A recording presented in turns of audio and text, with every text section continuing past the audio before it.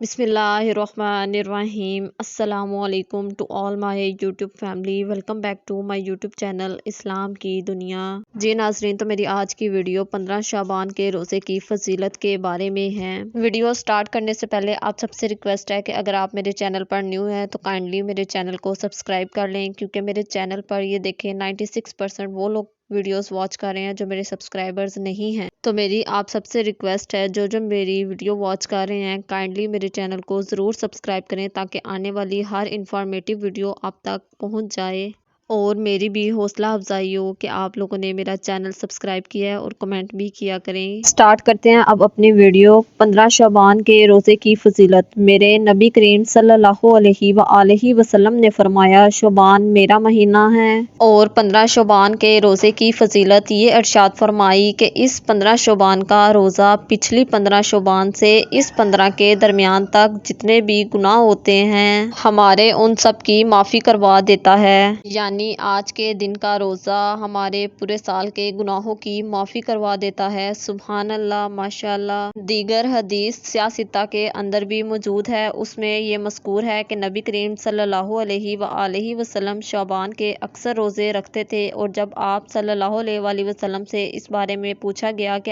आप इस महीने के रोज़े क्यों रखते हैं, तो आप सल्लल्लाहु अलैहि वसल्लम ने फरमाया, इस महीने में अमाल अल्लाह ताला के हजूर पेश होते हैं और मैं ये चाहता हूँ कि जब मेरे अमाल अल्लाह ताला के सामने पेश हों तो मैं रोज़े की हालत में हूँ। अब आप खुद देख लें, जिसने आज के दिन का रोज़ा रखा है यानी 15 शाबान का, तो उसके पिछले 15 शाबान से इस शाबान तक के सारे गुनाह माफ़ हो जाएंगे।